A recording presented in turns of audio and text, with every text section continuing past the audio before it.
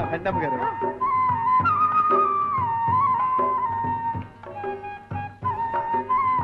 అమ్మగారు అమ్మగారు అమ్మగారు రావాలి. కార్లో తిరగడం కాదు, కాలినడక ప్రయాణం. రండి.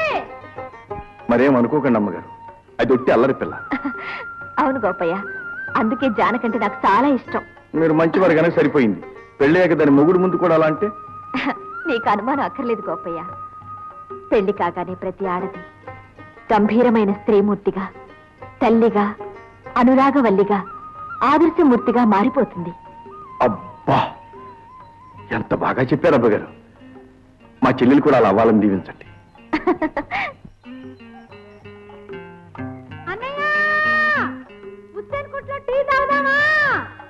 అట్టగే అట్టగే. పాప అమ్మాయి గారు కూడా అలసిపోయారు. ఏమిటి, నేను అలసిపోయానా? అలసిపోవటం ఏంటి అమ్మగారు, కనబడతా ఉంటే. సరే, నీకంటే ముందు నడుస్తాను. పందెం? పందెం. Okay okay. 1 2 నేను 3 చెప్పలేదు. చెప్పండి అమ్మగారు, చెప్పండి. 1 2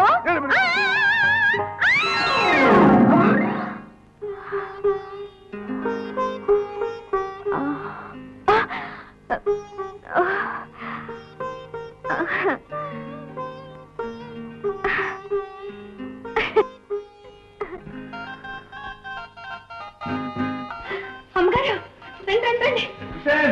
అమ్మగారికి 1వ నెంబర్కి ఒక పట్రా. కూర్చోండి అమ్మగారు. మీరు కింద కూర్చోకూడదు అమ్మగారు. అనయ్య పట్టు.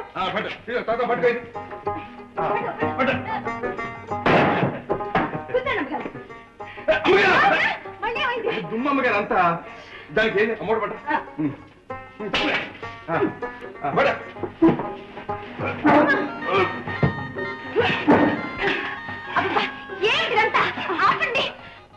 గోపయ్య, ఏమిటిది? ఏం లేదమ్మగారు, బస్తీలో చల్లగా కూర్చుని ఎచ్చగా కాఫీ తాగే అలవాటు, అందుకని. ఇప్పుడు కూర్చోండి. కూర్చోనా? మళ్ళీ వచ్చింది. ఏం లేదన్నయ్య, అమ్మగారు మల్లెపూలు లాంటి బట్టలు కట్టుకున్నారు. ఈ బల్ల మీద కూర్చుంటే గల్లంతే. ఎక్కడైనా గోలు పట్టది.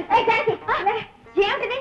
మీకు తెలియదు అమ్మగారు, సంవత్సరం పొడుగుతా మా ఆవు పాలమ్మినా మీ బట్టల ఖరీదంత చేయదు. అందుకని నన్ను మీతో హాయిగా ఉండేవారన్నమాట. మాతో గడిపినంత మాత్రాన మీరు మాలో ఒకరైపోగలరా? కాలేనంటావా? కావాలనుకోవటం మీ గొప్పదనం అమ్మగారు. మా స్థితికి మీరు దిగిరాగలరేమో గాని మీ స్థాయికి మేము ఎదిగిపోలేము అమ్మగారు. మా బతుకులు ఈ బల్లల్లాంటివి. ఈ బట్టలే చెబుతున్నాయి మీకు మాకు ఎంత దూరం. నిజమే గోపయ్య, నేను నాలాగే ఉంటూ మీలో ఒకరిని కావాలనుకోవడం పొరపాటే.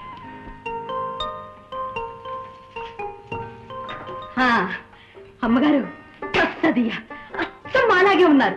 ఇప్పుడు పట్నం వాళ్ళు చూస్తే అస్సలు గుర్తుపట్టలేరు.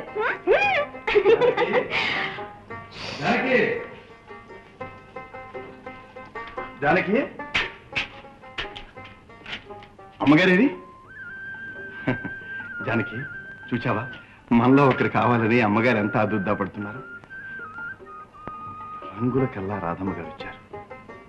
నా మాటకి పాటకి, ఆ మాటకొస్తే నా జీవితానికే కొత్త వెలుగునిచ్చారు. జానకి, అమ్మగారు నన్ను గురించి నీతో ఏమైనా అన్నారా? ఏమిటి మాట్లాడు, కొత్త పెళ్లి కూతురులా ముడుచుకుపోయావు.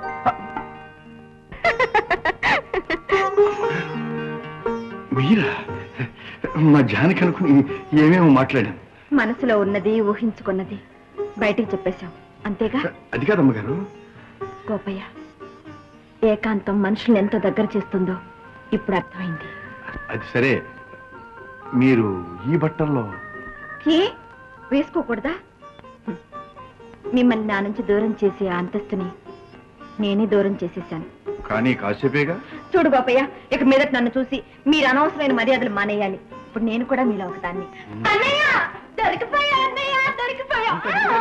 ఈ బట్టలు వేసుకొని అమ్మగారిని గుట్టంతా పట్టేశారు. ఇక నీ ఆట కట్టు.